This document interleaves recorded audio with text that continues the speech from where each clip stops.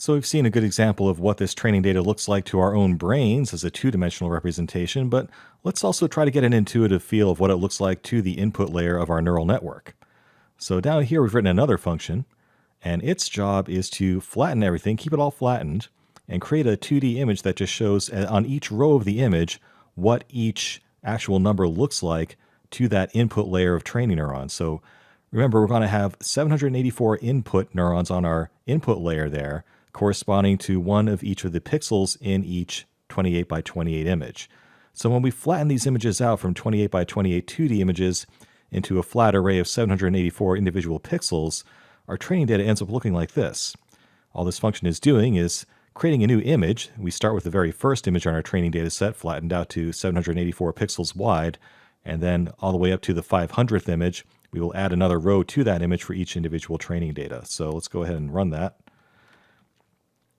So what we're seeing here is each row corresponds to a number in our training data set. And as you can see, your brain cannot really make sense of that very easily, right? So what we're asking our neural network to do is even more, in some ways, challenging than what our brains does, because it doesn't have that 2D structure. All it has is these basically spotty pixels here that represent the digits 0 through 9. And believe it or not, this neural network can actually figure this out. So it will basically learn to read the digits 0 through 9 just based on these flattened representations of each numerical digit. So it's seeing these numbers, seeing in quotations in a very different way than you or I do with our own human brains, but it still works. So let's go ahead and start to put together the neural network itself. First, we need placeholders for the actual input images and for the labels on the outside. So we need to have placeholders that will contain the input values going into our neural network and the labels that come out at the other end. So we're going to set up a placeholder for the input images that contains 784 neurons across. And then on the other end, we have 10 going across, one for each category for the numbers 0 through 9. Go ahead and run that before we forget. And now we can start to actually put together some of the variables that we need. So we'll start to construct the topology of our network here. We're going to say that we're going to have a hidden layer inside our deep neural network that's 512 neurons across. So those 784 input neurons will go into a hidden layer of 512, which will in turn go to our output classification layer. Now, in order to set up these layers within TensorFlow at a low level, we need to actually set up the weights and biases associated with each layer. So at the input layer, we'll have variables defined for the weights and biases that we will learn over time. We'll initialize the biases to 0 and the weights to a random normal distribution. And we'll do the same thing for the hidden layer. We'll set aside variables to store the weights and biases for those as well. And since these are variables, they're going to be maintained between each run of training our neural network. So we can actually use gradient descent to learn what these weights and biases should be over time. These variables are where that data will be stored. Okay, now we can actually start to set up the neural network's topology itself. We'll define an input layer. And again, remember that neural networks can just be modeled as matrix multiplications and additions by and large. So TensorFlow at its lowest level doesn't really know about neural networks. It just knows about matrix operations. And that's all we need here to get started. So our input layer will just be a matrix multiplication of the input image signal with the input weights. So the input images will be those 784 input neurons multiplied by the weights that we've learned to apply to those.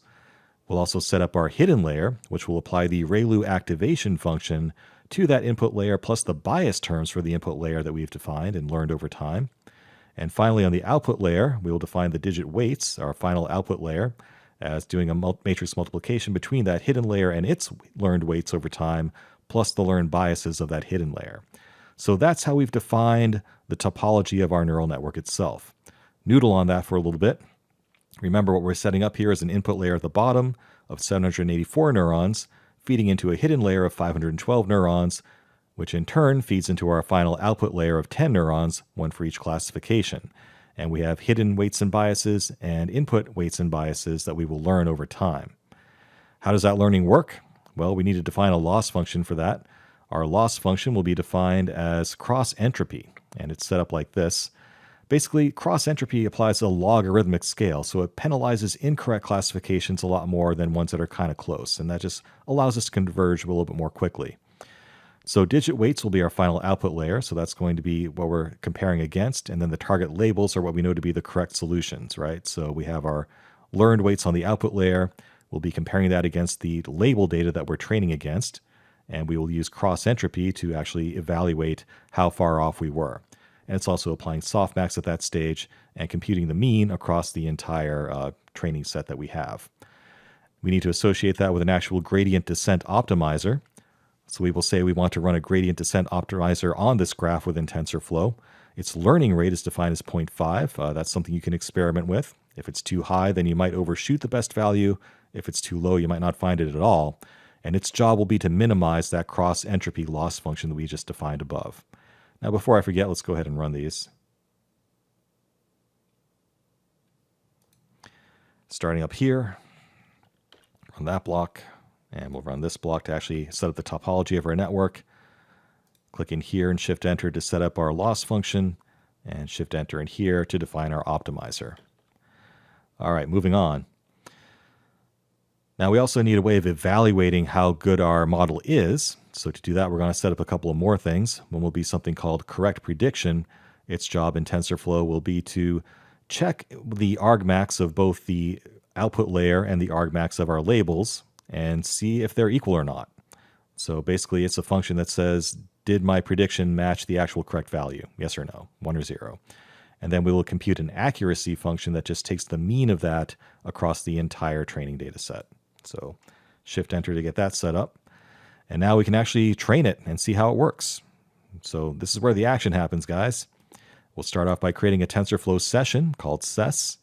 And this little bit here of config proto device count stuff, that's just a little bit of a hack to work around a bug on Windows. If you're running TensorFlow GPU on Windows, you will need that to actually avoid a crash. Otherwise, it's not really necessary. We will run our global variables initializer, and that will just associate all the initial values into our variables, all those 0 initial biases and normally distributed initial weights. Next, we're going to set up a function called nextBatch.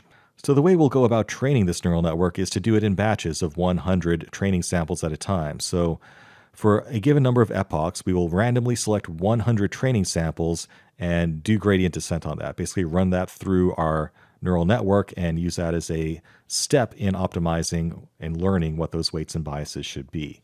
So all nextBatch here does is it takes our entire input data that's being provided to it, it shuffles it by random and plucks off the first however many values that we want. It then just returns the resulting image data and labels that come back from that random sample. So basically it's taking a random sample of the data that we put in. So we will actually train this over 2,000 steps or 2,000 epochs, if you will. We'll go and grab a batch of 100 random samples from our training images and training labels. We'll call that X batch and Y batch. The convention is usually to call your feature data, your images in this case X, and your labels will be called Y. Next, we will actually run our gradient descent optimizer on here with that batch of training data. So we say that we're going to actually run our session here using our gradient descent optimizer, which uses the cross entropy loss function that we defined. And we will associate the following data with the placeholders that we set up earlier, right? So remember, way back earlier on, we defined placeholders for input images and target labels.